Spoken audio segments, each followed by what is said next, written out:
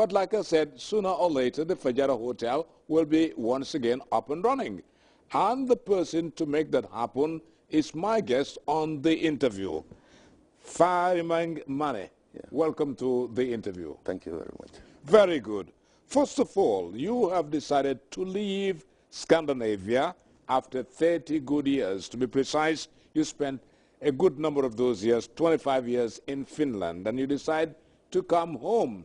And you like the hotel industry, but it seems you like the Fajara Hotel.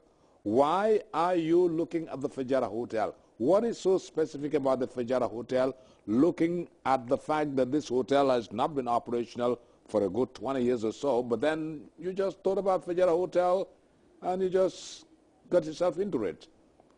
Yeah, thank you very much, Mr. Jones, to be here. And Fajara is a very important place for the Gambians, and especially also for us who've been grown up around the area, and we used to really go there quite often. So, and during the operational time of Fajara, I used to bring guests from Finland to the owner, which is Mr. Jawara, who is a father to me. And during the period of time, being connected to the people working there, the elder people, and my father was a taxi driver also outside Fajara. So been coming many times and seeing the place being closed, and I have a lot of thoughts for it. So been going back to Finland, bringing tourists to the Gambia, so I make some plans for Fajara. So that's why I went back and get some investors who were interested to come in and join me to help me for we to develop Fajara. But the purpose for we to come to the Gambia was not for Fajara. We have 3 companies, my company and 2 companies in Finland. And we 3 companies, we have a meeting with the organizations in Finland to see how can we establish a resort in the Gambia to bring the elder people from Finland, the pensioners, to the Gambia. So we've been organizing that in Finland the past 5 years. So then all the possibilities come up, whereby facilities of finance have come out. So we decided to come over to the Gambia. So through there, we visited Fajara, me and my partners, and we see that Fajara have been closed for the past years. So through that, what they said, in time, right place, right time, I happened to talk with my father, which is Mr. Jawara. He's a dad to me, whereby we've been doing a lot of things together. So we came in and we happened to get the possibilities to go in for Fajara. So, and Fajara is a very important place. There is a lot of people been working in Fajara for the past years. And the sport Fajara is, there is a lot of vendors around, depending on Fajara, especially the craft market.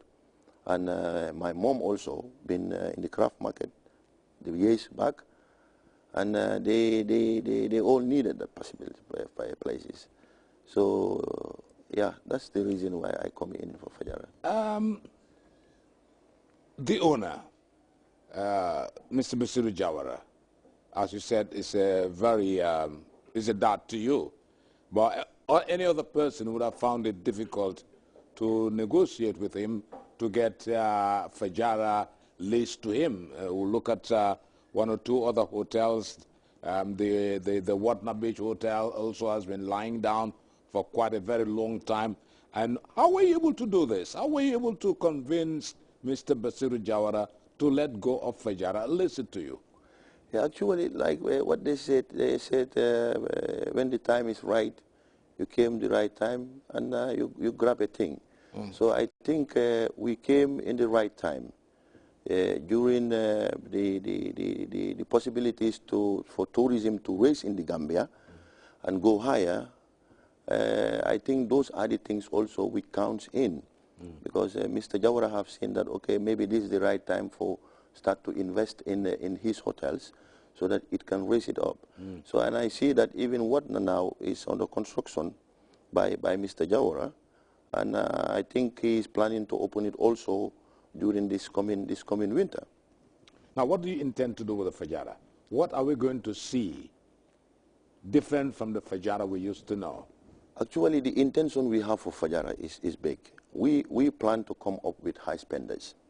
And high spenders, we're talking about golfers, horse riders, and swimmers. And these are the things we want to bring inside Fajara. So bring in something special, you know, whereby like we can continue during the winter and the off-season. So we are trying to organize also to start to invite professional swimmers.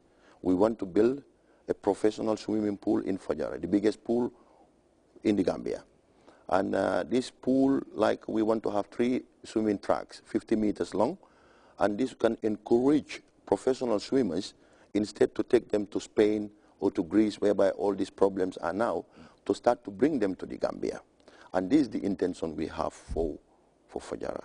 Looking at the world scenario now in places where people used to go for holidays that were competing the Gambia, you're talking about Spain, you're talking about Egypt, you're talking about Greece. These are all countries that now have some little problem going on, and Gambia stands to benefit out of, they say one man's meat is another man's poison. Yeah. So with the problems in those countries, you see that Gambia stands to profit. Yep.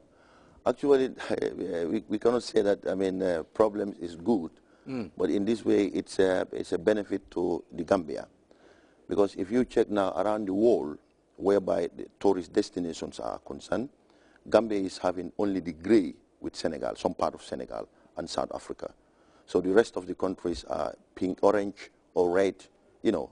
So, and Gambia get the possibility. Meaning these are stable countries. Yeah, these are stable countries. Like well. Gambia, the Gambia is a very stable country with a grey sign, and this is from the European Union. So, and Senegal, some part of Senegal. So the rest of the African countries are orange and red. The Arab countries, orange and red.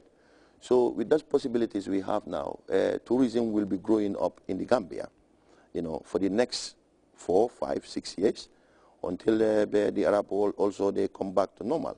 It will take time, but during this period we'll have a boom, and yes, this boom will come. But after the boom, also we should think about when these Arab people solve the problems, so tourists will start to look there also, so they will reduce here. So how can we maintain them to the Gambia to keep on coming? The long-term process. Very well. So those are the studies which we should start to do now. We are getting them. That's for sure. We'll get them. Yeah. Fajara Hotel requires a lot of money to keep it, I mean, go on. I mean, the way, it's a huge hotel. It's a big hotel. In fact, one of the best landscape hotel. I mean, when you stand at the Fajara Hotel, wonderful terrace, you look at the sunset, you never see anything like that in any part of this world. Yep. But then, like I said, it's been lying low for a very long time, yep. And the amount of work will be so vast, so considerable, it makes me wonder whether your pocket is not even having holes right now. I mean, there's a lot of money you have to put in there. Now, where is this money coming from? You got partners? Yeah, actually, I have partners. We came in with partners. So we start moving on, but now that's the hiccup we have now, which makes us a little bit slow because one of the investors just backed down again. So, but I mean, we are trying to maintain ourselves. I mean, we're trying to get more investors to come in, and the target which we are going for, we hope so that it can be targeted in the same time. But yes, there is a big investment needed. We need over 2.5, 3 million euro needed to put in that hotel. And that's quite a big chunk of money. Yeah. Now, I wish you get this money. I wish things work well. Now, what do you plan? What is this new Fajara going to look like? Swimming pools, kind of restaurants we're looking for, different things, different from what we used to see. Yeah, actually, what do you want to tell me is I'm going to see the new Fajara look like? Yeah, I mean, the new Fajara look like, I mean, we have going to give it a Scandinavian African taste. And the Scandinavian African taste is